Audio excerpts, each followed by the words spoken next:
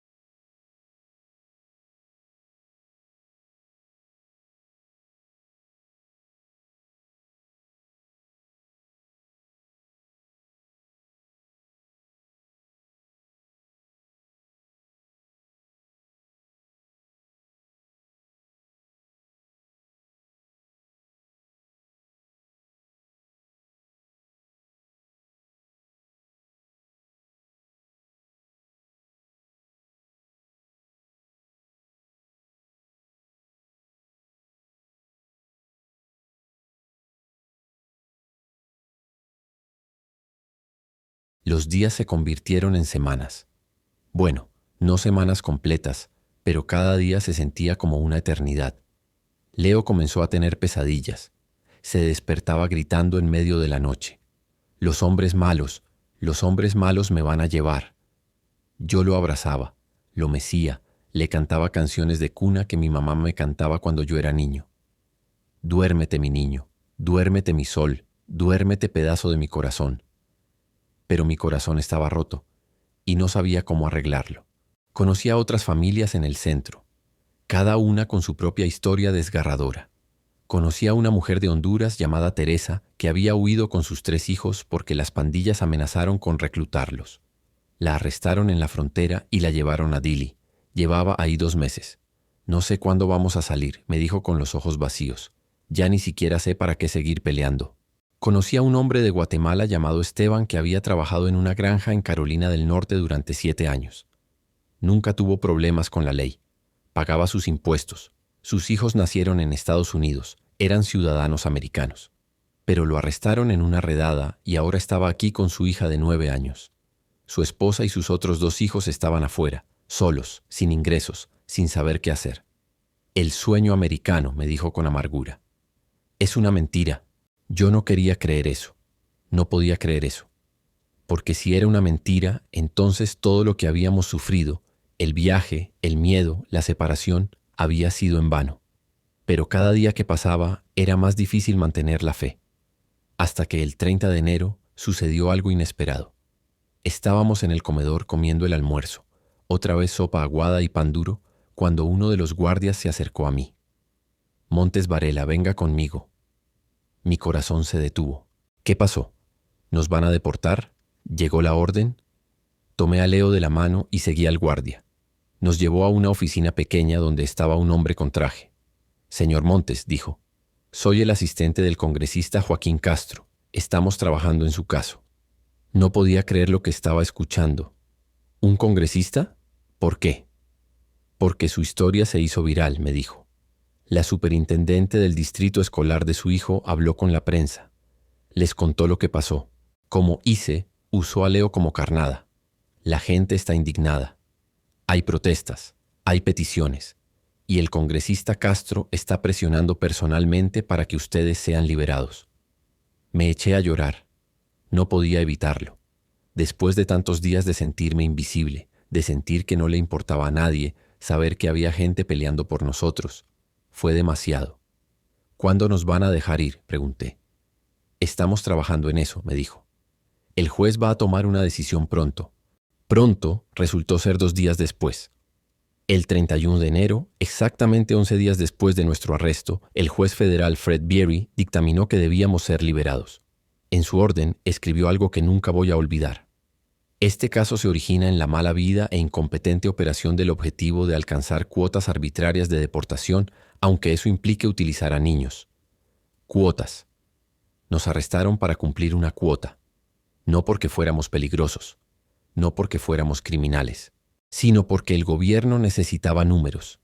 Necesitaba mostrar que estaban siendo duros con la inmigración. Y nosotros, mi hijo de 5 años y yo, fuimos parte de esos números. Cuando nos dijeron que seríamos liberados, no lo creí hasta que vi las puertas abrirse, hasta que nos devolvieron nuestra ropa, hasta que nos quitaron los brazaletes de identificación, hasta que nos subieron a un auto y nos llevaron al aeropuerto. El congresista Castro estaba ahí, esperándonos. Nos abrazó. Bienvenidos a casa, nos dijo. Casa. Esa palabra sonaba tan dulce, tan imposible. Volamos de regreso a Minnesota esa misma noche. Leo se durmió en el avión, apoyado en mi hombro, por primera vez en 11 días durmiendo profundamente, sin gritar, sin llorar. Yo miraba por la ventana, viendo las luces de las ciudades pasar abajo y pensaba, sobrevivimos. No sé cómo, pero sobrevivimos. Aterrizamos en Minneapolis el 1 de febrero a las 10 de la noche. Hacía un frío brutal, pero no me importó, porque cuando salimos del aeropuerto, ahí estaba ella, Maribel, mi Maribel, con su barriga enorme, con lágrimas corriendo por sus mejillas, con los brazos abiertos. Leo corrió hacia ella. Mami, mami. Ella lo levantó, con dificultad, porque estaba tan embarazada, y lo cubrió de besos. Yo llegué después y los abracé a los dos. Y ahí, en el estacionamiento frío de un aeropuerto, bajo las luces artificiales y el ruido de los aviones, nuestra familia se volvió a unir. Pero regresar a casa no significó que todo volviera a la normalidad, porque nada era normal. Leo ya no era el mismo niño. El primer día de vuelta no quiso ir a la escuela. No, papi, no, lloraba. Los hombres malos van a venir. Le tomó días convencerlo de que estaba a salvo. Su maestra, Miss Johnson, lloró cuando lo vio de nuevo. Lo extrañamos tanto, le dijo. Pero Leo ya no hablaba mucho en clase. Ya no jugaba con sus amigos. Se quedaba sentado solo, callado, como si una parte de él se hubiera quedado en Dili. Maribel tampoco estaba bien. El estrés de esos 11 días casi le provoca un parto prematuro. Tuvo que ir al hospital 2 veces. Los doctores le dijeron que necesitaba reposo absoluto, que no podía trabajar, que tenía que evitar cualquier situación estresante. ¿Cómo evitar el estrés cuando tu esposo y tu hijo fueron arrancados de tu vida y no sabías si los volverías a ver? Cuando cada ruido en la calle te hace pensar que Ise ha regresado. Mateo, nuestro hijo mayor, también cambió.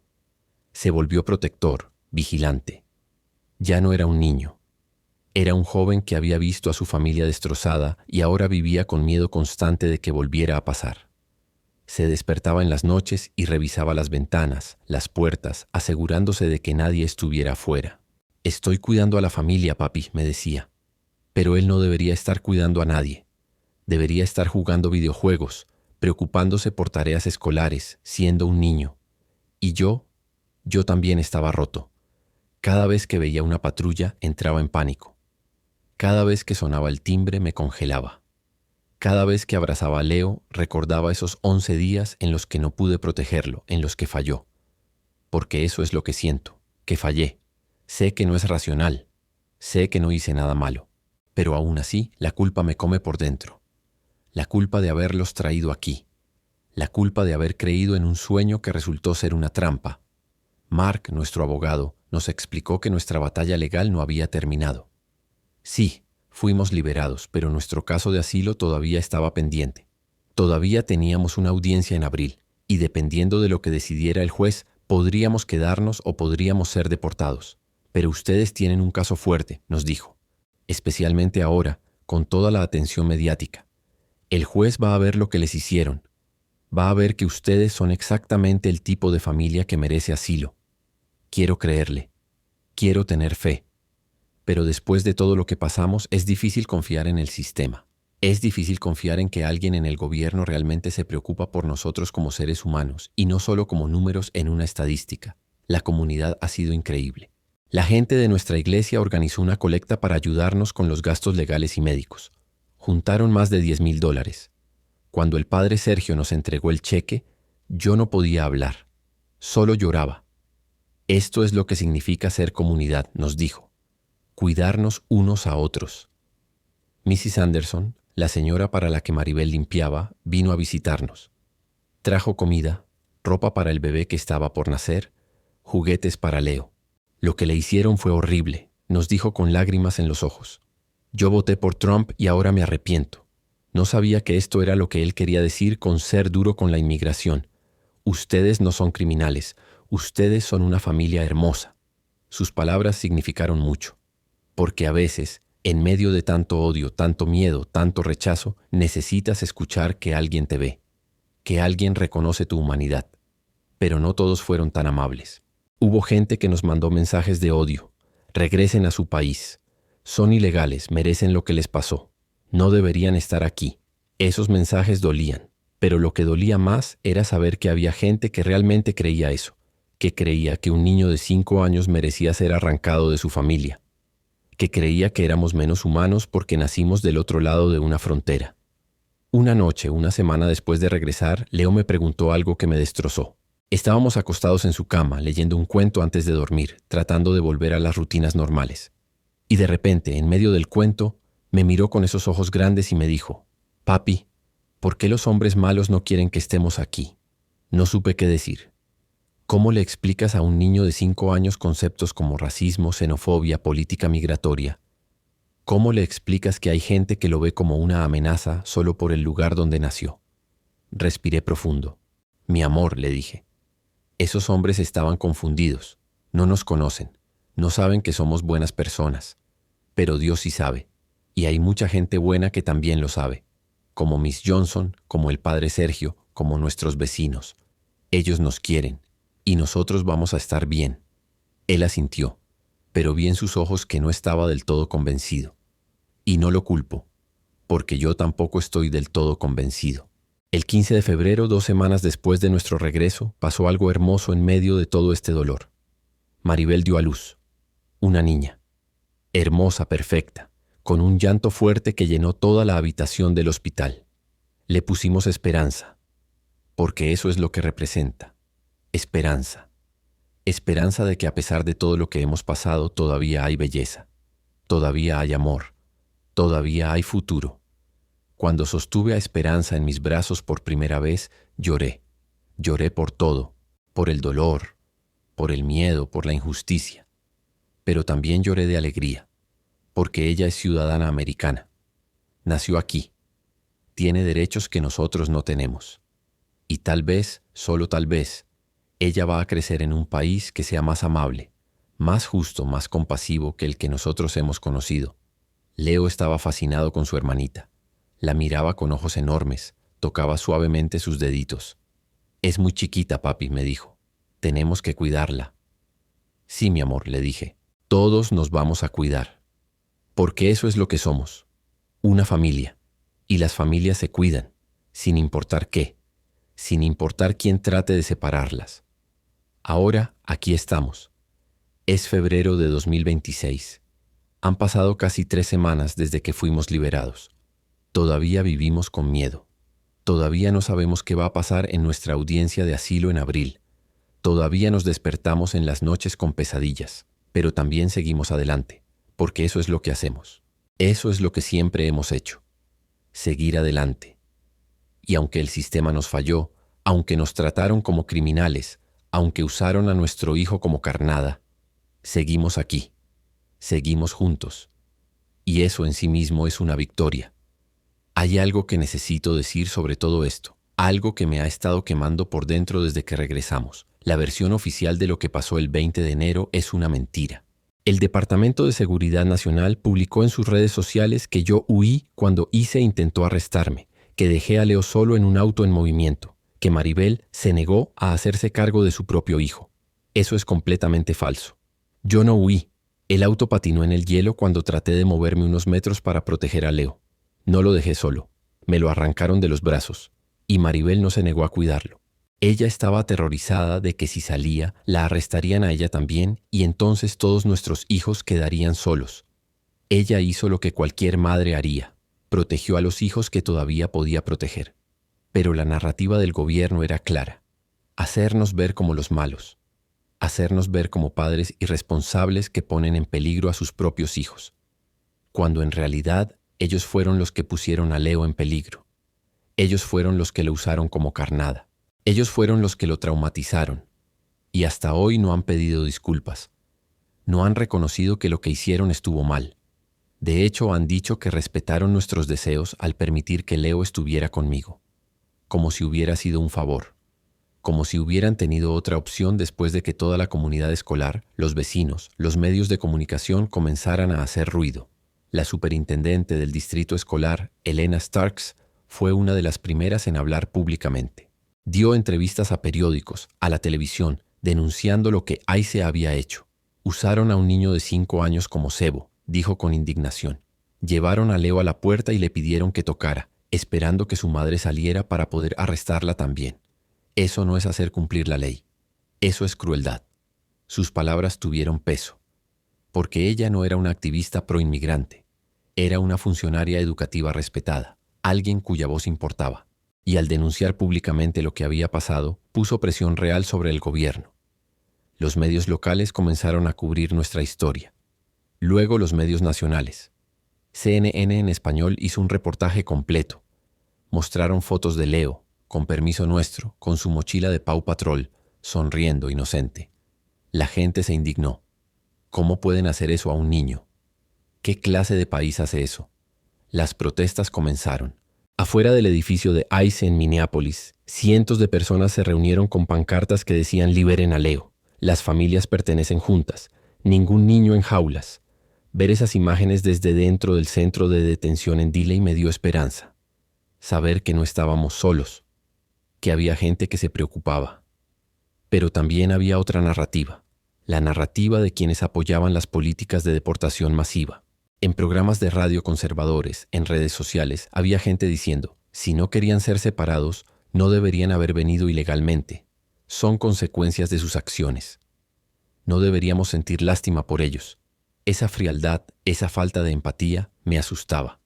Porque mostraba que para algunas personas nosotros no éramos humanos, éramos solo ilegales, una categoría, una amenaza. No importaba que tuviéramos nombres, historias, sueños, que fuéramos padres tratando de darles una vida mejor a nuestros hijos.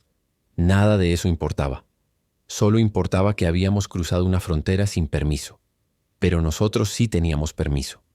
Eso es lo que me frustra tanto. No cruzamos a escondidas. No pagamos a un coyote para que nos metiera ilegalmente.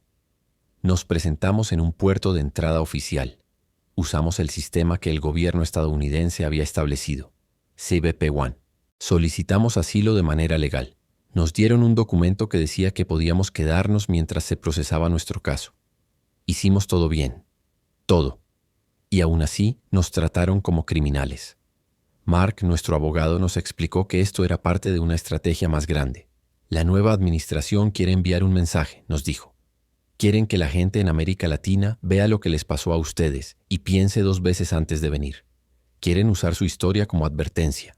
Éramos un ejemplo, una herramienta de propaganda. Y eso me llenaba de rabia. Porque sí, somos inmigrantes. Sí, buscamos una vida mejor. ¿Pero eso nos convierte en monstruos? ¿Eso significa que merecemos ser tratados sin dignidad, sin humanidad? ¿Que nuestros hijos merecen ser traumatizados? Una de las cosas más dolorosas fue leer los comentarios en línea. Después de que nuestra historia se hizo viral, la gente comenzó a opinar. Y muchos de esos comentarios eran veneno puro. Ese niño no debería estar en Estados Unidos. Los padres son los culpables por ponerlo en esa situación. Deberían deportar a toda la familia. Había momentos en los que quería responder, quería gritarles. ¿Alguna vez han tenido hambre? ¿Alguna vez han visto a sus hijos ir a la cama sin cenar? ¿Alguna vez han vivido en un lugar donde no hay trabajo, no hay esperanza, no hay futuro? Porque nosotros sí. Y cuando enfrentas eso, cuando ves a tus hijos sufrir, harías cualquier cosa para darles una oportunidad. Cualquier cosa. Incluso cruzar miles de kilómetros, incluso arriesgar tu vida, incluso enfrentar la separación. Porque el amor de un padre no tiene fronteras. Pero no respondí, porque sabía que no importaría. La gente que escribe esas cosas no nos ve como humanos. Nos ve como invasores, y nada de lo que yo dijera cambiaría eso. Lo que sí cambió cosas fue la presión legal y política. El juez Fred Bierry, quien ordenó nuestra liberación, escribió una opinión fuerte criticando al gobierno. Dijo que nuestro arresto era el resultado de una operación mal concebida enfocada en cumplir cuotas arbitrarias de deportación. Dijo que usar a un niño de 5 años como carnada era incompetente e inaceptable. Sus palabras importaron. Porque venían de alguien dentro del sistema, alguien con autoridad, y forzaron al gobierno a retroceder. El congresista Castro también fue crucial. No solo presionó legalmente, sino que personalmente vino a buscarnos a Dilley. Voló a Texas, nos recogió, nos acompañó en el vuelo de regreso a Minnesota. Esto no está bien, nos dijo, y voy a seguir peleando para asegurarme de que no le pase a otra familia. Le creí, porque vi en sus ojos que realmente le importaba. Que no era solo una oportunidad de foto política, era genuino. Y eso significó todo. Cuando llegamos de vuelta a Minneapolis, había periodistas esperando. Cámaras, micrófonos, preguntas. ¿Cómo se siente estar de vuelta? ¿Qué le pasó a su hijo? ¿Va a demandar al gobierno? Yo estaba agotado, abrumado, pero Mark nos aconsejó que habláramos. La gente necesita escuchar su voz, nos dijo. Necesita escuchar su historia directamente de ustedes. Así que hablé, con mi inglés roto, con lágrimas en los ojos, con Leo aferrado a mi pierna, dije, nosotros no somos criminales, somos una familia. Vinimos aquí buscando seguridad, buscando una oportunidad, y lo que nos hicieron no se lo deseo a nadie. Usar a mi hijo, un niño de 5 años, como carnada, eso no es justicia, eso es crueldad, y espero que nadie más tenga que pasar por esto. Mi declaración fue reproducida en medios de todo el país, de todo el mundo. Recibimos mensajes de apoyo de Ecuador, de otros países de América Latina, de organizaciones de derechos humanos internacionales. La gente estaba indignada. Y esa indignación, ese rechazo colectivo a lo que nos habían hecho nos dio fuerza, nos hizo sentir que no estábamos solos. Pero el apoyo público no borra el trauma. Y las semanas después de regresar fueron las más difíciles emocionalmente. Leo comenzó a mostrar signos claros de estrés postraumático. Tenía pesadillas casi todas las noches. Se despertaba gritando, sudando, llorando. Los hombres malos. Me van a llevar otra vez. Maribel y yo nos turnábamos para calmarlo, para mecerlo, para cantarle, para asegurarle que estaba a salvo. Pero las palabras no eran suficientes, porque en su mente de 5 años el mundo ya no era un lugar seguro. Los adultos, las figuras de autoridad, habían dejado de ser protectores y se habían convertido en amenazas. Conseguimos que Leo viera una psicóloga infantil especializada en trauma. La doctora Ramírez, una mujer ecuatoriana americana que entendía nuestra cultura y nuestro idioma. En la primera sesión Leo no quería hablar. Se quedó callado dibujando en una hoja de papel. Pero lo que dibujó nos rompió el corazón. Un auto, un niño llorando, hombres grandes en negro alrededor. La doctora Ramírez nos explicó que Leo estaba procesando el trauma a su manera. Va a tomar tiempo, nos dijo. Los niños son resilientes, pero esto fue una experiencia extremadamente traumática. Va a necesitar terapia continua, mucho apoyo y sobre todo estabilidad. Necesita saber que está seguro, que su familia está junta, que nada malo va a pasar. Pero ¿cómo le damos esa seguridad cuando nosotros mismos no la tenemos? Todavía estamos esperando nuestra audiencia de asilo. Todavía vivimos con la posibilidad de ser deportados. Todavía no sabemos si podremos quedarnos o si todo esto, el trauma, el dolor, la lucha, habrá sido en vano. Maribel también necesitaba ayuda. Después de dar a luz, desarrolló depresión posparto agravada por todo el estrés. Había días en los que no podía levantarse de la cama. Días en los que lloraba sin parar. No puedo más, Adrián, me decía. No puedo vivir con este miedo. Yo trataba de ser fuerte por ella, por los niños. Pero por dentro yo también me estaba desmoronando. No dormía bien, tenía ataques de ansiedad. Mi cuerpo estaba constantemente en modo de alerta, esperando el próximo golpe. El padre Sergio nos conectó con un grupo de apoyo en la iglesia para familias que habían pasado por experiencias migratorias traumáticas. Ir a esas reuniones nos ayudó. Escuchar las historias de otros, gente que había perdido a seres queridos en el desierto, que había sido detenida por años, que había sido separada de sus hijos, nos hizo sentir menos solos. Nos hizo ver que esto no era solo nuestra lucha, era la lucha de millones. Una mujer de El Salvador, doña Carmen, compartió su historia. Había cruzado con su hija adolescente huyendo de las pandillas. Fueron separadas en la frontera. Su hija fue enviada a un centro de detención en Nueva York, ella a uno en California. Pasaron 8 meses sin verse, sin saber si la otra estaba bien. Pensé que iba a volverme loca, nos dijo con lágrimas, pero la fe me sostuvo, y finalmente nos reunieron. Su hija ahora tiene 20 años, está en la universidad estudiando para ser abogada de inmigración. Ella quiere ayudar a otras familias, nos dijo doña Carmen con orgullo, para que nadie más tenga que pasar por lo que nosotras pasamos.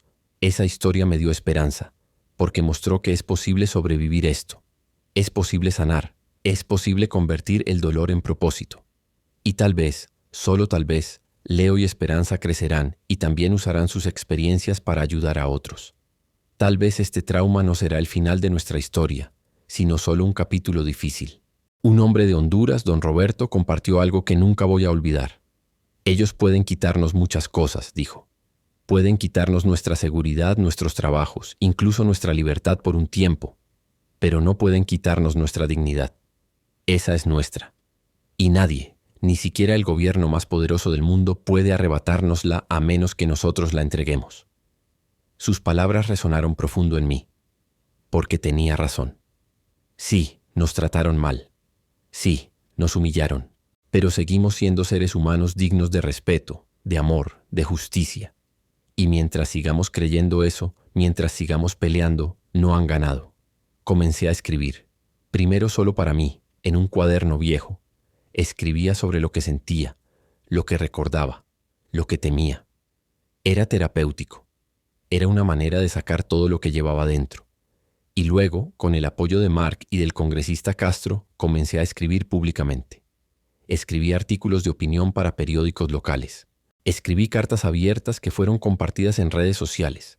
Conté nuestra historia una y otra vez, no porque quisiera atención, sino porque sabía que había miles de familias pasando por lo mismo. Y tal vez, si nuestra historia se escuchaba lo suficiente, si llegaba a las personas correctas, podría cambiar algo. Recibí respuestas de todo el mundo, gente que nos mandaba mensajes de apoyo, de solidaridad, gente que compartía sus propias historias, gente que decía, yo también pasé por eso, no están solos. Pero también recibí amenazas, mensajes diciendo que me iban a encontrar, que me iban a deportar, que debería regresar a mi país. Esos mensajes daban miedo, pero no me detuvieron, porque ya había enfrentado lo peor. Ya me habían arrancado a mi hijo. Ya había estado encerrado como un criminal. ¿Qué más podían hacerme? Una reportera de un periódico grande me pidió una entrevista. Fuimos a un café tranquilo. Ella con su grabadora, yo con mi historia. Hablamos por 2 horas. Le conté todo. El viaje desde Ecuador, la esperanza al llegar, el arresto, el trauma, la lucha. Ella escuchó con atención, tomando notas, asintiendo, a veces secándose las lágrimas. Su historia necesita ser escuchada, me dijo, porque pone un rostro humano a algo que mucha gente solo ve como números o política. Cuando el artículo salió publicado, se volvió viral. Millones de personas lo leyeron. Millones de personas conocieron a Leo, conocieron a nuestra familia, conocieron lo que nos habían hecho. Y muchos de ellos se indignaron, se movilizaron, llamaron a sus representantes en el Congreso, firmaron peticiones, donaron a organizaciones de defensa de inmigrantes. Se volvió más grande que nosotros. Se convirtió en un símbolo de la crueldad de las políticas migratorias actuales. Con toda la atención vino también la responsabilidad. De repente no éramos solo una familia tratando de sobrevivir, éramos voceros, representábamos a millones de familias inmigrantes. Y eso era mucha presión, especialmente cuando todo lo que yo quería era volver a la vida normal. Quería poder llevar a Leo a la escuela sin tener miedo. Quería que Maribel pudiera salir a trabajar sin ansiedad. Quería poder dormir sin despertarme con pesadillas. Pero la vida normal parecía imposible ahora, porque incluso después de ser liberados nuestro caso legal seguía abierto. Todavía teníamos que comparecer ante un juez de inmigración. Todavía teníamos que probar que merecíamos asilo. Y si perdíamos, seríamos deportados. Mark nos preparó para la audiencia. Nos explicó qué documentos necesitábamos, qué preguntas nos harían, cómo debíamos responder. Sean honestos, nos dijo. Cuenten su historia con calma, con claridad. El juez necesita entender por qué salieron de Ecuador, por qué no pueden regresar, por qué merecen protección. Preparamos todo meticulosamente. Cartas de apoyo de nuestros vecinos, de la maestra de Leo, del padre Sergio, de Mrs. Anderson. Documentos que mostraban la inestabilidad en Ecuador, los reportes de criminalidad, la falta de oportunidades económicas. Evidencia de nuestras contribuciones aquí. Recibos de impuestos que habíamos pagado, contratos de trabajo, boletas de calificaciones de Mateo y Leo mostrando que estaban bien integrados en la escuela. También teníamos el reporte de la psicóloga de Leo, documentando el trauma que había sufrido. Eso era importante, según Mark, porque mostraba las consecuencias humanas de las políticas de deportación. El juez no puede ignorar eso, nos dijo. No puede ignorar el daño que ya se le hizo a su hijo. Y deportarlos ahora solo empeoraría ese daño. La audiencia estaba programada para el 15 de abril de 2026. Faltaban 2 meses. 2 meses de espera, de incertidumbre, de miedo. Pero también 2 meses de preparación, de esperanza, de oración. Cada domingo en la iglesia la comunidad rezaba por nosotros. El padre Sergio mencionaba nuestro caso en sus sermones. Esta familia representa todo lo bueno de la inmigración, decía. Trabajadores, devotos, contribuyentes. No son una amenaza, son una bendición. Y necesitamos pelear por ellos. Sus palabras nos daban fuerza.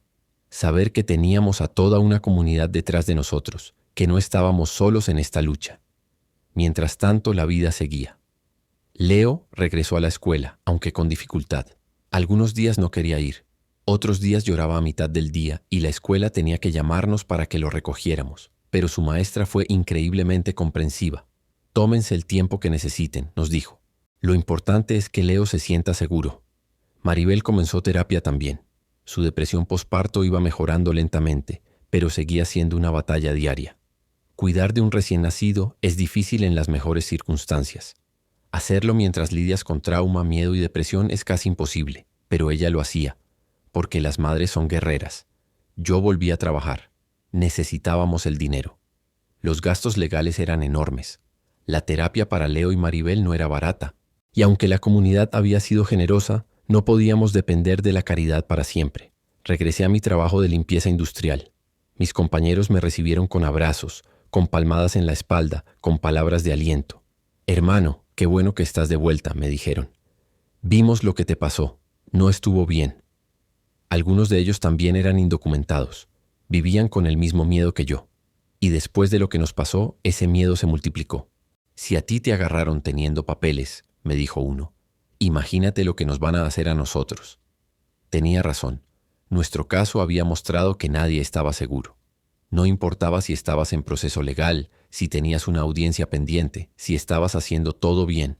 Si ICE quería arrestarte, te arrestaban. Punto. El trabajo era el mismo. Llegar a las 11 de la noche, limpiar fábricas y bodegas hasta el amanecer. Era agotador física y mentalmente. Pero me mantenía ocupado. Me daba un propósito. Y sobre todo me daba dinero para mantener a mi familia. Cada noche antes de salir a trabajar, me despedía de Maribel y los niños. Leo siempre me abrazaba fuerte. ¿Vas a volver, papi? Claro que sí, mi amor. Siempre vuelvo. Pero en sus ojos veía el miedo de que un día yo no volviera, que los hombres malos me llevaran otra vez, y eso me destrozaba, porque ese miedo nunca debería existir en un niño de 5 años. Un niño debería preocuparse por sus juguetes, por sus amigos, por qué van a comer de postre, no por si su papá va a ser deportado. Mateo, mi hijo mayor de 13 años, también cargaba ese peso. Había madurado demasiado rápido. Se había convertido en el protector de la familia cuando yo no estaba. No te preocupes, papá, me decía. Yo cuido a mamá y a mis hermanos. Pero él no debería tener que hacer eso. Debería estar siendo un adolescente normal, preocupándose por cosas de adolescentes, no cargando con la responsabilidad de proteger a su familia de un sistema que nos veía como enemigos. Esperanza, nuestra bebé, era la única que no entendía nada de lo que estaba pasando. Dormía, comía, lloraba, sonreía, pura inocencia. A veces la miraba y pensaba, ella es ciudadana americana, tiene derechos que nosotros no tenemos. Si nos deportan, ¿qué pasará con ella? ¿La dejaremos aquí con algún familiar? ¿La llevaremos con nosotros a un país que ni siquiera conoce? Esas preguntas me quitaban el sueño, porque no tenían respuestas fáciles. Cualquier opción significaba sufrimiento. Cualquier opción significaba romper a nuestra familia de una manera u otra. Una noche a finales de febrero, mientras estaba trabajando, recibí una llamada de Maribel. Eran las 2 de la mañana. Mi corazón se detuvo. ¿Qué pasó? ¿Están bien? Adrián, hay patrullas afuera del edificio, susurró con voz temblorosa. No sé si son policía normal o IC. Tengo miedo. Dejé todo y corrí al auto. Manejé a casa más rápido de lo que debería, con el corazón en la garganta rezando. Por favor, Dios, protege a mi familia. Cuando llegué, efectivamente había patrullas, pero no eran de IC. Era la policía local respondiendo a una llamada de violencia doméstica en otro apartamento. Nada que ver con nosotros. Pero el pánico que sentí en esos 20 minutos, el terror absoluto de pensar que estaban viniendo por mi familia otra vez, eso me mostró que nunca íbamos a estar realmente tranquilos. No hasta que tuviéramos una resolución legal. No hasta que tuviéramos la seguridad de que podíamos quedarnos. Abracé a Maribel. Ella lloraba. No puedo vivir así, Adrián. Cada ruido, cada carro que pasa, cada timbre que suena, pienso que vienen por nosotros. Lo sé, mi amor. Yo también. Pero ¿qué podíamos hacer? Solo esperar. Esperar a abril. Esperar al juez. Esperar a que alguien con poder decidiera si nuestra familia merecía estar junta o no. En marzo comenzaron a pasar cosas interesantes. El congresista Castro presentó una ley en el Congreso llamada Ley de Protección de Familias Inmigrantes. Estaba inspirada directamente en nuestro caso. La ley prohibiría el uso de menores como instrumentos de arresto. Requeriría que ICE considerara el bienestar de los niños antes de arrestar a padres y establecería protecciones especiales para familias en proceso de asilo. Su historia está cambiando políticas, nos dijo Mark. Están haciendo una diferencia real. Eso se sentía bien. Saber que nuestro sufrimiento no había sido completamente en vano. Que tal vez, solo tal vez, ayudaríamos a prevenir que otras familias pasaran por lo mismo.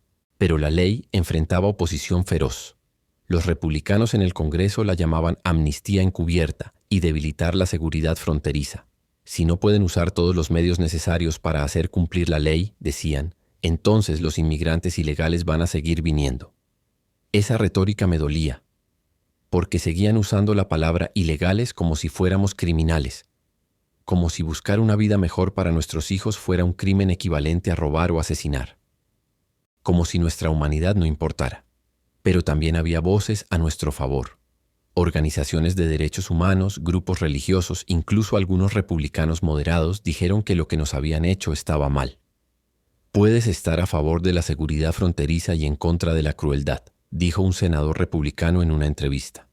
Estas dos cosas no son mutuamente excluyentes. A mediados de marzo recibimos una noticia que nos llenó de esperanza y miedo al mismo tiempo. El juez asignado a nuestro caso, la jueza Margaret Chen, tenía una reputación de ser justa pero estricta. Mark investigó sus decisiones previas. Ella aprueba aproximadamente el 40% de los casos de asilo, nos dijo. No es la mejor tasa, pero tampoco la peor. Y dada la atención que su caso ha recibido, creo que va a ser muy cuidadosa en su decisión. ¿40%? Eso significaba que teníamos menos de la mitad de probabilidades de ganar. Eso significaba que había una buena posibilidad de que perdiéramos, de que nos deportaran, de que todo esto terminara con nosotros de vuelta en Ecuador, separados de todo lo que habíamos construido aquí. Pero Mark trataba de mantener nuestra esperanza. Ustedes tienen un caso fuerte, nos repetía. Tienen evidencia clara de por qué salieron de Ecuador. Tienen arraigo aquí. Tienen apoyo comunitario. Tienen una bebé ciudadana americana. Y tienen documentación del trauma que el gobierno causó a Leo. Todo eso pesa a su favor. Quería creerle. Dios sabe que quería creerle. Pero después de todo lo que habíamos vivido, era difícil confiar en el sistema. Difícil creer que alguien realmente nos vería como seres humanos y no como un número de caso más. Comenzamos a prepararnos para ambos escenarios. Si ganábamos, podríamos quedarnos, eventualmente solicitar una green card, construir una vida permanente aquí. Los niños crecerían como americanos. Leo podría sanar. Esperanza tendría a su familia completa. Si perdíamos, tendríamos que volver a Ecuador. ¿Pero a qué? No teníamos casa allá. Habíamos vendido todo para venir aquí. Mis padres vivían en las mismas condiciones difíciles que nos hicieron salir en primer lugar.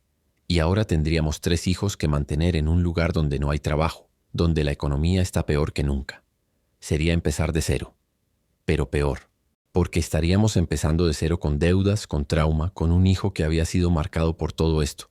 Maribel y yo hablamos de esto una noche después de que los niños se durmieran. Si perdemos, me dijo, ¿qué vamos a hacer? No lo sé, le respondí honestamente.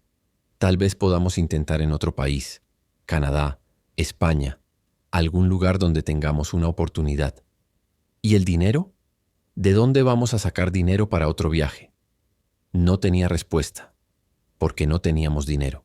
Apenas estábamos sobreviviendo aquí. La idea de otro viaje, de otra migración, parecía imposible. Entonces rezamos, dije finalmente. Rezamos para que el juez vea nuestra humanidad, para que vea a Leo y vea lo que le hicieron, para que vea esperanza y entienda que separarnos sería destruir a una familia. Rezamos y confiamos en que Dios tiene un plan. Maribel asintió llorando silenciosamente. Nos abrazamos.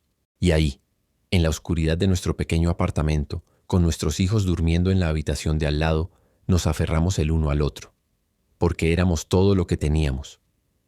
El 1 de abril, 2 semanas antes de la audiencia, Mark nos llamó con noticias. El gobierno está ofreciendo un acuerdo, nos dijo. ¿Un acuerdo? Sí. Están dispuestos a retirar la orden de deportación inmediata si ustedes aceptan salir voluntariamente del país en los próximos 6 meses. Les darían tiempo para arreglar sus asuntos, vender sus cosas, despedirse. Y en el futuro, si quieren solicitar una visa legal desde Ecuador, este acuerdo no contaría en su contra. Era una trampa. Lo supe inmediatamente. ¿Y nuestro caso de asilo? Se cerraría. No habría decisión judicial. Básicamente estarían aceptando que no califican para asilo y acordando irse por su cuenta. No, dije sin pensarlo 2 veces. No vamos a aceptar eso. Adrián entiende que esto es una apuesta, me dijo Mark seriamente. Si van a la audiencia y pierden, la deportación es inmediata, sin tiempo para prepararse. Los pueden poner en un avión al día siguiente. Con este acuerdo, al menos tendrían tiempo. No, repetí. Vinimos aquí legalmente. Solicitamos asilo legalmente. No hemos hecho nada malo. No vamos a aceptar que no merecemos estar aquí. Vamos a ir a la audiencia. Vamos a decir nuestra verdad. Y que el juez decida. Maribel estaba de acuerdo. Si vamos a perder, dijo, que sea porque lo intentamos todo, no porque nos rendimos. Mark suspiró. Está bien, es su decisión, pero prepárense, la audiencia va a ser difícil. El fiscal del gobierno va a tratar de desacreditar su historia, de hacerlos parecer como oportunistas económicos, no refugiados genuinos. Va a ser duro. Ya hemos pasado por cosas duras, le dije. Podemos con esto también. Después de colgar, me senté en silencio. ¿Había tomado la decisión correcta? ¿Estaba siendo valiente o estúpido? ¿Estaba defendiendo nuestros derechos o poniendo en riesgo a mi familia? No lo sabía, pero sabía una cosa. No podía rendirme. No después de todo lo que habíamos luchado. No después de lo que le habían hecho a Leo. Si íbamos a salir de este país, sería porque un juez nos mirara a los ojos y nos dijera que no merecíamos estar aquí. No porque nosotros aceptáramos calladamente esa narrativa. Los días antes de la audiencia fueron los más largos de mi vida. El tiempo parecía moverse en cámara lenta. Cada minuto se sentía como una hora, cada hora como un día. No podía comer. Apenas dormía. Mi mente no dejaba de repasar todo. ¿Qué íbamos a decir? ¿Cómo lo íbamos a decir? ¿Qué preguntas nos harían? ¿Qué pasaría si perdíamos? Maribel estaba igual. Más delgada, más pálida, con ojeras profundas. Nos sosteníamos mutuamente, pero ambos estábamos al borde del colapso. La comunidad nos rodeó con amor. Doña Carmen, del grupo de apoyo, organizó una vigilia de oración la noche antes de la audiencia. Más de 100 personas vinieron a la iglesia. Encendieron velas, cantaron himnos, rezaron por nosotros. El padre Sergio dio una homilía hermosa. Adrián, Maribel, Leo, Mateo, Esperanza, dijo, mirándonos directamente. Ustedes no están solos. Llevan con ustedes las oraciones de esta comunidad, el amor de Dios y la fuerza de todos los que han caminado este camino antes que ustedes. Y sin importar lo que pase mañana, recuerden esto. Ustedes son amados. Ustedes son valiosos. Y ningún juez, ningún gobierno, nadie puede quitarles eso. Sus palabras me quebraron. Lloré abiertamente, sin vergüenza, rodeado de gente que nos amaba incluso sin conocernos completamente. Gente que nos veía como familia, como hermanos y hermanas en la fe, como seres humanos dignos de compasión. Esa noche, cuando llegamos a casa, acosté a Leo.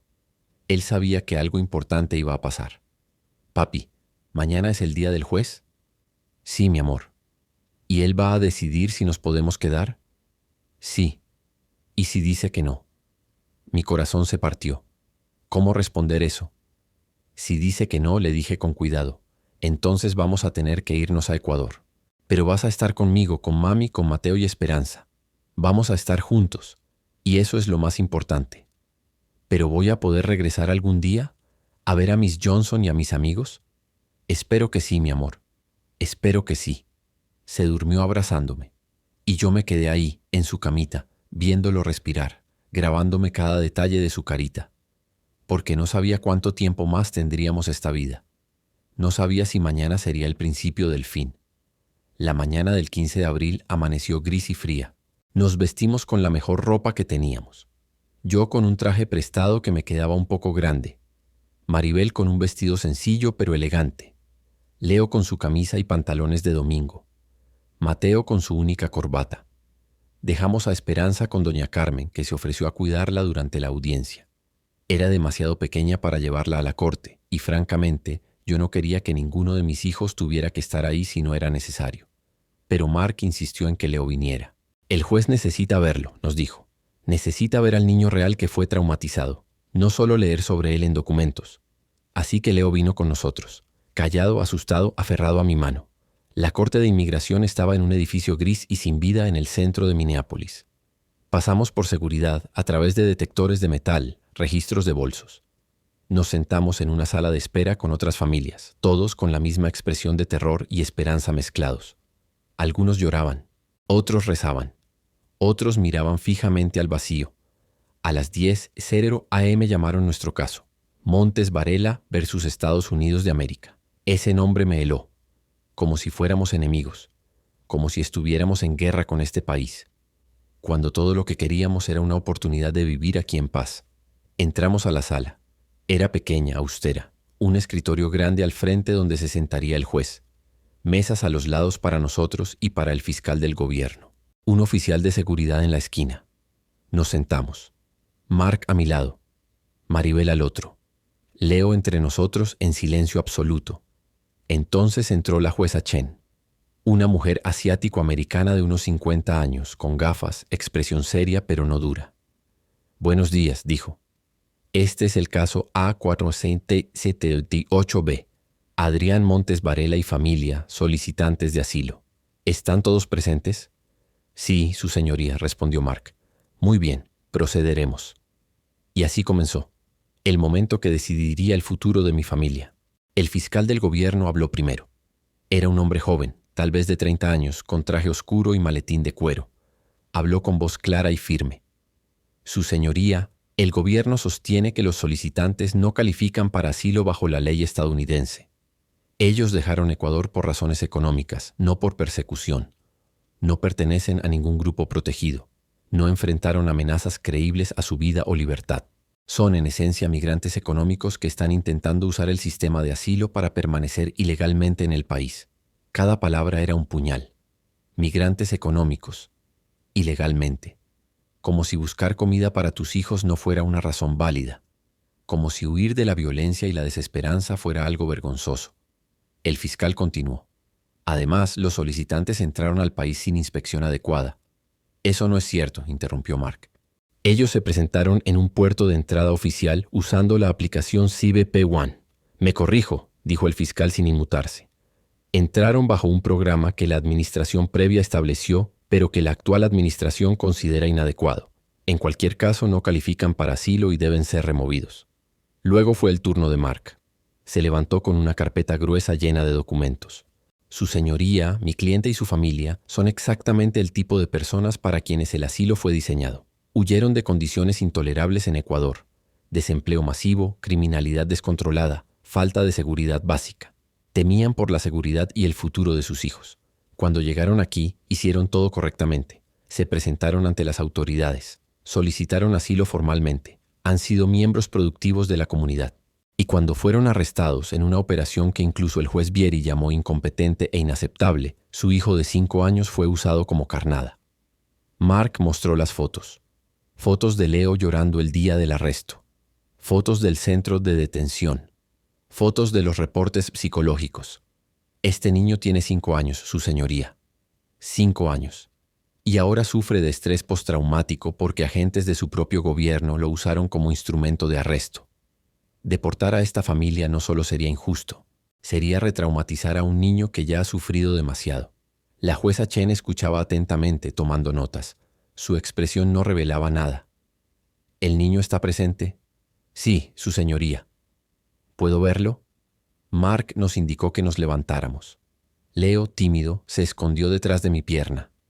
La jueza se inclinó un poco para verlo mejor. Hola, Leo, le dijo con voz suave. Leo no respondió. Solo me abrazó más fuerte. ¿Cómo te sientes? Silencio. Está bien, dijo la jueza. No tienes que hablar si no quieres. Gracias por venir. Nos sentamos de nuevo. Y entonces la jueza me miró a mí. Señor Montes, quiero escuchar directamente de usted. ¿Por qué dejó Ecuador? Me puse de pie con las manos temblando. Su señoría, dejé Ecuador porque no podía ver a mis hijos pasar hambre, porque no había trabajo, porque cada día era más difícil sobrevivir y porque tenía miedo de que mis hijos crecieran en esa desesperanza, de que cayeran en la delincuencia o la pobreza extrema. Yo solo quería darles una oportunidad. Eso es todo. ¿Y sabía que venir sin una visa era ilegal? No vine sin visa, su señoría. Usé la aplicación CBP One. Me presenté en la frontera legalmente. Hice lo que el gobierno me dijo que hiciera, y aún así me trataron como criminal. ¿Qué pasó el día de su arresto? Cuénteme con sus propias palabras.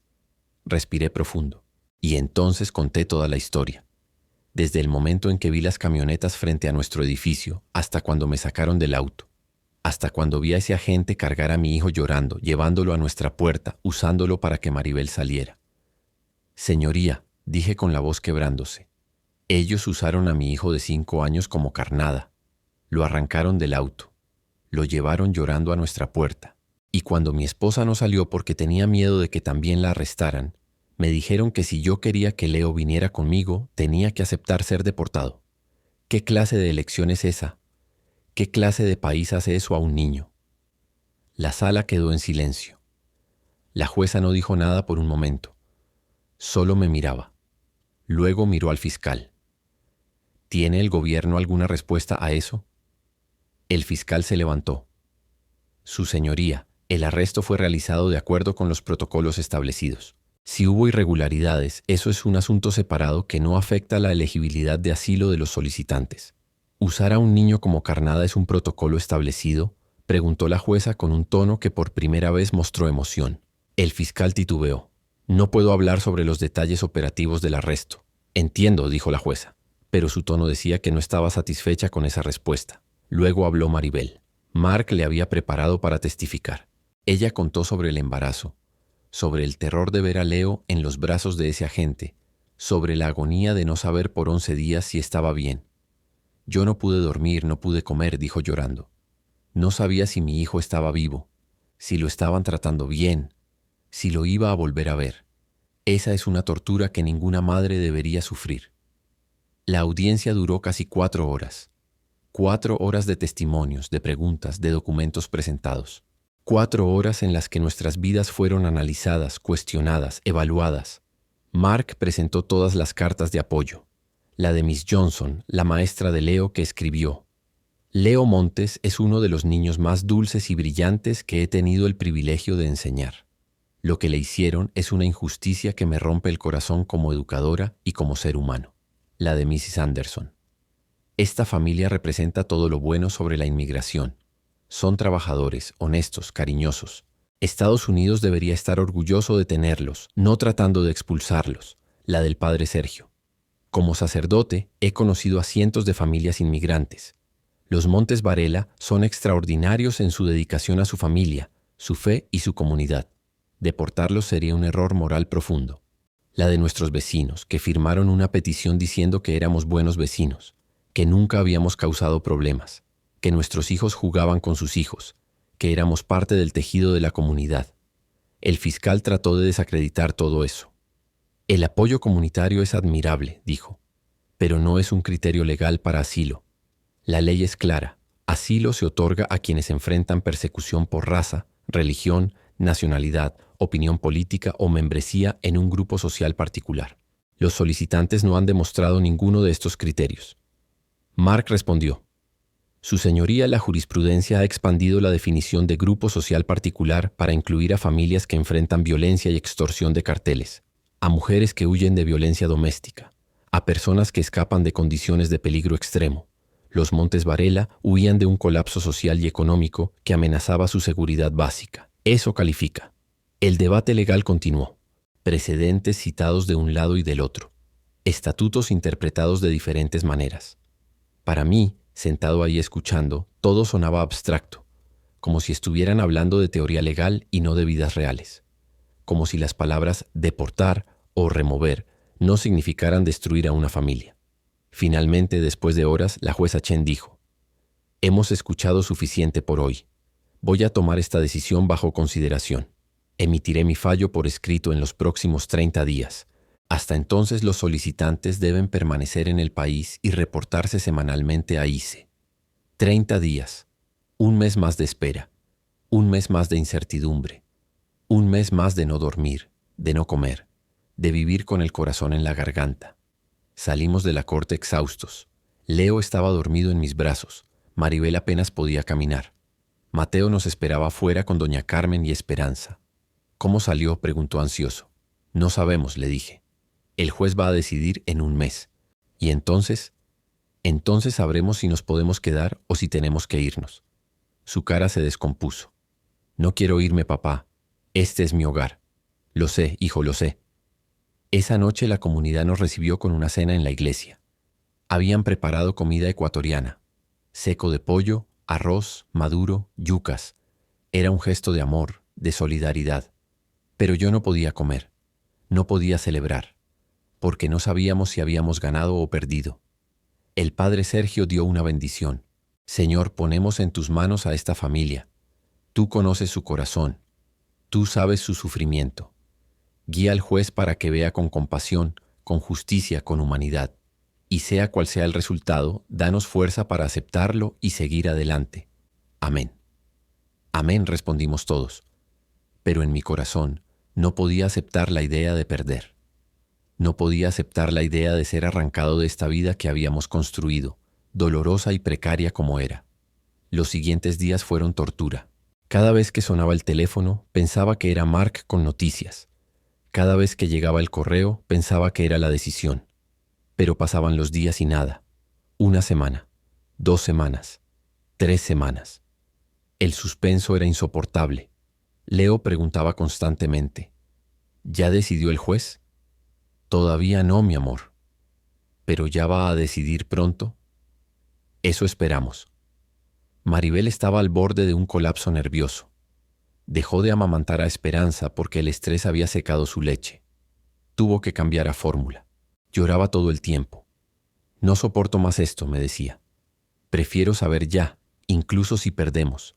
Al menos sabríamos. Este no saber es peor. Yo trataba de ser fuerte, pero por dentro me estaba desmoronando también. No podía concentrarme en el trabajo. Cometía errores, derramaba cosas, me olvidaba de limpiar áreas completas. Mi supervisor me llamó la atención. Adrián, ¿qué te pasa? ¿No estás concentrado? Lo siento, le dije. Estoy pasando por algo personal. ¿Necesitas tiempo libre? No puedo darme ese lujo. Porque necesitábamos el dinero. Necesitábamos pagar la renta, la comida, los servicios, la terapia de Leo, los medicamentos de Maribel. No podíamos parar. Incluso cuando el mundo se estaba desmoronando a nuestro alrededor, teníamos que seguir adelante. El 14 de mayo, exactamente 29 días después de la audiencia, recibimos la llamada. Era Mark. Adrián, llegó la decisión. Mi corazón se detuvo. Y hubo una pausa que duró una eternidad. Ganaron. No podía creer lo que estaba escuchando. ¿Qué? Ganaron. La jueza aprobó su solicitud de asilo, pueden quedarse. Me caí de rodillas. Literalmente. Mis piernas dejaron de sostenerme. Maribel corrió hacia mí. ¿Qué pasó? ¿Qué dijo? Le pasé el teléfono porque no podía hablar. Mark le dio la noticia de nuevo. Ella gritó. Un grito de pura alegría, de puro alivio. Abrazó a Mateo, a Leo, cargó a Esperanza. Ganamos, podemos quedarnos, vamos a estar bien. Leo no entendía completamente, pero vio nuestra felicidad y comenzó a brincar. ¿Ya no nos vamos? ¿Ya no van a venir los hombres malos? No, mi amor, ya no. Estamos seguros. Podemos quedarnos. Lloré. Lloré como nunca había llorado. Lágrimas de alivio, de gratitud, de agotamiento. Meses de tensión acumulada saliendo de mi cuerpo. Mark nos envió la decisión por correo electrónico. Era un documento de 15 páginas. Leímos cada palabra con atención. La jueza Chen había escrito: este tribunal encuentra que los solicitantes han demostrado un temor creíble de persecución si regresan a Ecuador. Las condiciones en ese país, combinadas con las circunstancias particulares de esta familia, satisfacen el estándar legal para asilo. Luego había un párrafo que me hizo llorar de nuevo. Este tribunal también nota con profunda preocupación la manera en que esta familia fue tratada durante su arresto. El uso de un menor como instrumento de arresto es inaceptable y contrario a los valores estadounidenses. Aunque este tribunal no tiene jurisdicción sobre las acciones de ICE, espera que las agencias de inmigración reflexionen seriamente sobre sus tácticas y prioricen el bienestar de los niños en todas las operaciones. La jueza nos había visto, nos había escuchado, había reconocido nuestra humanidad. No éramos solo un número de caso, éramos una familia real con sufrimiento real. Y merecíamos protección. La noticia se esparció rápidamente. El congresista Castro publicó en redes sociales: justicia prevalece. La familia Montes puede quedarse. Esto es una victoria para todas las familias inmigrantes. Seguiremos peleando para asegurar que lo que le pasó a Leo nunca le pase a otro niño. Los medios locales vinieron a nuestra casa. Cámaras, entrevistas de nuevo. Pero esta vez no era doloroso. Esta vez era celebración. ¿Cómo se siente?, me preguntó una reportera. Me siento bendecido, dije. Me siento agradecido. Con Dios, con la comunidad, con todos los que pelearon por nosotros. Y me siento aliviado. Por primera vez en meses puedo respirar. ¿Qué le dice a otras familias inmigrantes que están pasando por lo mismo? Pensé por un momento. Les digo que no se rindan, que su vida tiene valor, que su historia importa, y que aunque el sistema está roto, aunque hay mucha crueldad, también hay bondad. También hay gente que pelea por la justicia. Y a veces, solo a veces, la justicia gana. Esa noche la iglesia organizó una celebración. Cientos de personas vinieron. Había comida, música, abrazos, lágrimas de alegría. El padre Sergio dio gracias a Dios. Este es un milagro, dijo. No un milagro en el sentido de algo sobrenatural, sino un milagro en el sentido de que el bien triunfó sobre el mal. La compasión triunfó sobre la crueldad, y una familia se salvó de ser destruida. Doña Carmen me abrazó fuerte. Lo lograste, mijo. Lo lograste. Lo logramos, le corregí. Todos nosotros juntos. Porque era verdad. No habríamos sobrevivido estos solos. Fue la comunidad la que nos sostuvo, los vecinos que nos trajeron comida, los compañeros de trabajo que donaron para los gastos legales, la maestra que defendió a Leo públicamente, el sacerdote que rezó con nosotros, el congresista que peleó por nosotros, el abogado que creyó en nosotros. Todos ellos. Todos fueron parte de esta victoria. Leo esa noche jugó con otros niños en la iglesia. Riendo, corriendo, siendo niño otra vez. Ver eso me llenó de una alegría indescriptible, porque por meses había olvidado cómo ser niño. Había cargado con traumas que ningún niño debería cargar, y ahora finalmente podía empezar a sanar. Maribel y yo nos sentamos en una banca viendo a nuestros hijos. Mateo ayudando a servir comida, Leo jugando, Esperanza dormida en los brazos de una abuela de la comunidad. Lo logramos, susurró Maribel. Sí, mi amor, lo logramos. ¿Y ahora qué? Ahora vivimos, construimos, nos sanamos y nunca, nunca olvidamos lo afortunados que somos. Porque sí éramos afortunados. No todos los casos terminan así. Sabíamos de familias que habían sido deportadas, de niños que habían sido separados permanentemente de sus padres, de vidas destruidas por este sistema. Nosotros fuimos los afortunados. Y con esa fortuna venía una responsabilidad: usar nuestra historia para ayudar a otros. Los meses después de ganar el asilo fueron de reconstrucción. Lenta, dolorosa, pero real reconstrucción. Leo continuó en terapia, semana tras semana, sesión tras sesión, procesando lo que había vivido. La doctora Ramírez nos dijo que el progreso sería gradual. El trauma no desaparece de la noche a la mañana, nos explicó. Pero los niños son increíblemente resilientes. Con apoyo, con amor, con estabilidad, Leo va a sanar. Y tenía razón. Poco a poco las pesadillas disminuyeron. Las crisis de pánico se hicieron menos frecuentes. Leo comenzó a sonreír más, a jugar más, a confiar más. Nunca volvería a ser exactamente el niño que era antes del 20 de enero. Esa inocencia se había perdido para siempre, pero estaba aprendiendo a vivir con lo que había pasado, a integrarlo en su historia sin dejar que lo definiera completamente. Maribel también comenzó a sanar. Su depresión mejoró con terapia y medicación. Volvió a trabajar, primero unas pocas horas a la semana, luego más. Mrs. Anderson no solo la contrató de nuevo, sino que la recomendó a sus amigas. Esta mujer es una guerrera, les decía, y merece todo nuestro apoyo. Yo también busqué ayuda. Finalmente admití que necesitaba terapia, que no podía cargar solo con todo esto. Un terapeuta especializado en trauma migratorio me ayudó a procesar la culpa, el miedo, la rabia. No fue tu culpa, me repetía sesión tras sesión. Tú no pusiste a tu familia en peligro. El sistema lo hizo, y tú hiciste todo lo posible para protegerlos. Lentamente comencé a creerle. Comencé a perdonarme a mí mismo. Mateo también necesitaba apoyo. Había crecido demasiado rápido, había cargado con demasiado. Un consejero escolar lo ayudó a procesar todo, a hablar sobre sus miedos, sus ansiedades, su enojo. No es justo lo que nos pasó, le dijo Mateo una vez al consejero. No, respondió el consejero.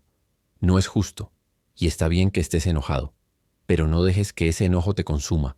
Úsalo para motivarte, para pelear por un mundo mejor. Y Mateo lo tomó en serio. Comenzó a involucrarse en grupos de estudiantes por los derechos de inmigrantes, a hablar en eventos escolares, a contar nuestra historia. Alguien tiene que hacerlo, nos dijo.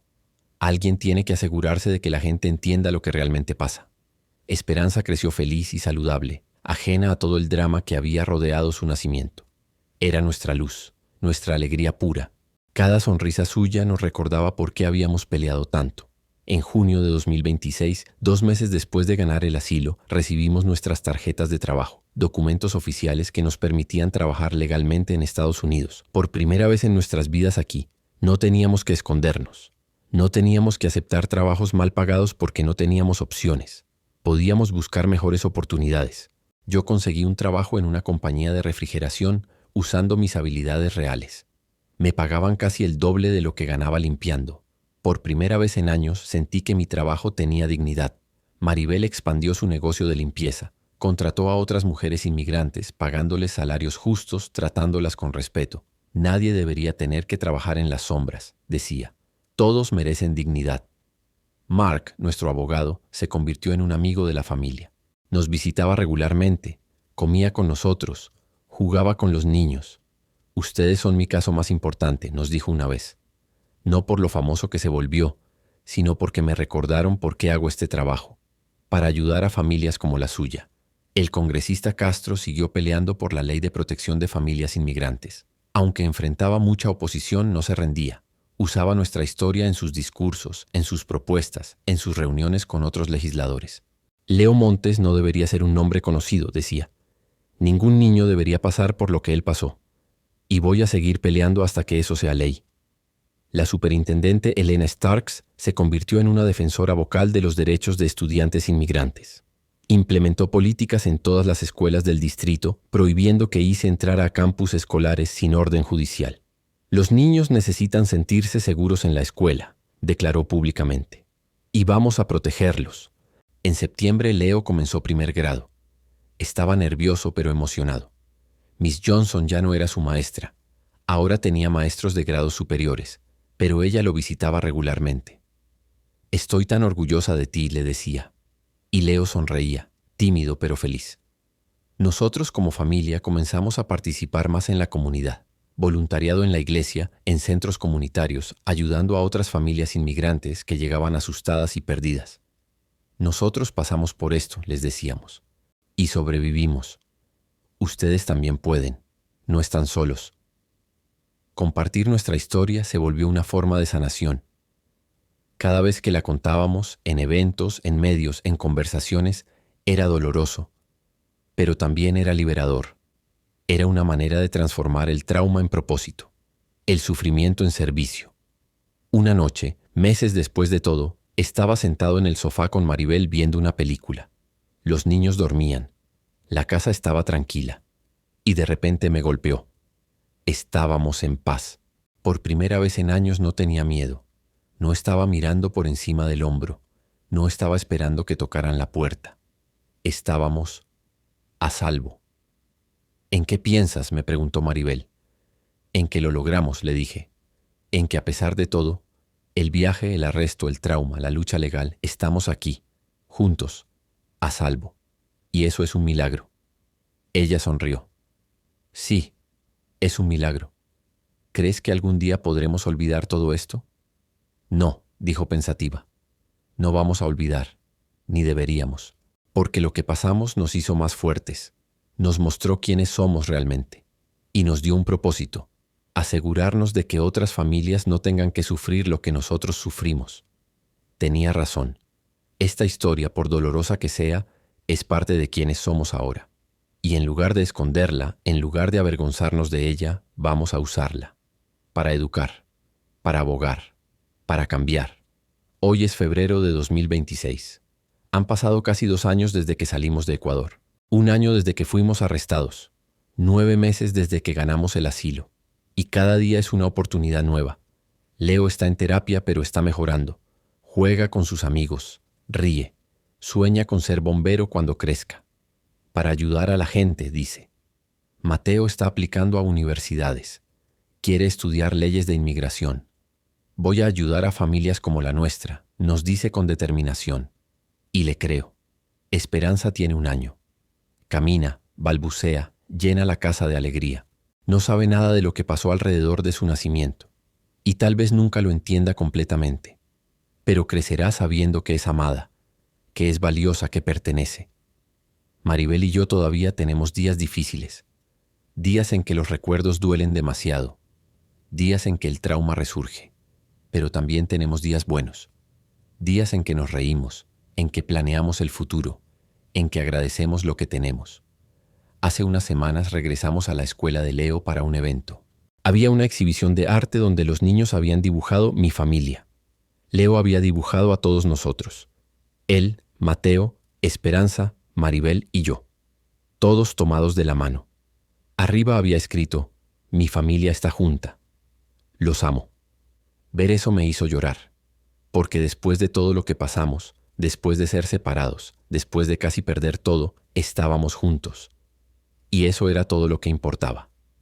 El padre Sergio nos dijo hace poco, ustedes son un testimonio viviente, un testimonio de que el amor es más fuerte que el odio, que la esperanza es más fuerte que el miedo, que la justicia, aunque tarde, puede llegar. Y quiero creer eso.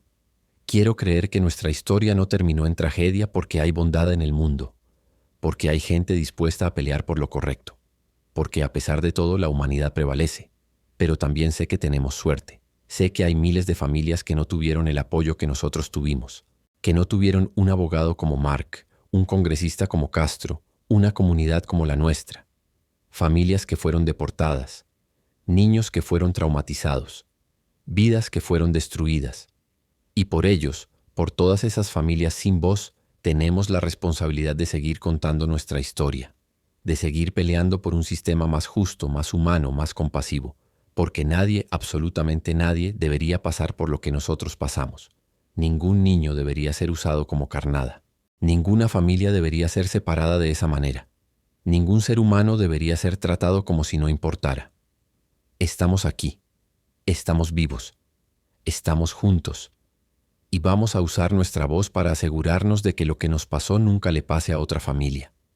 Esa es nuestra promesa, nuestro compromiso. Nuestra forma de transformar el dolor en propósito. Si esta historia te conmovió, por favor compártela. Deja un comentario contándonos tu propia experiencia o la de alguien que conozcas. Y si tú o alguien que amas está pasando por algo similar, recuerda, no están solos. Hay comunidades dispuestas a ayudar. Hay organizaciones que pelean por la justicia. Y hay esperanza. Siempre hay esperanza. Que Dios bendiga a todas las familias inmigrantes. Que Dios nos dé fuerza para seguir adelante y que Dios nos ayude a construir un mundo donde ningún niño sea usado como carnada, donde ninguna familia sea destruida, donde la dignidad humana sea respetada siempre. Amén.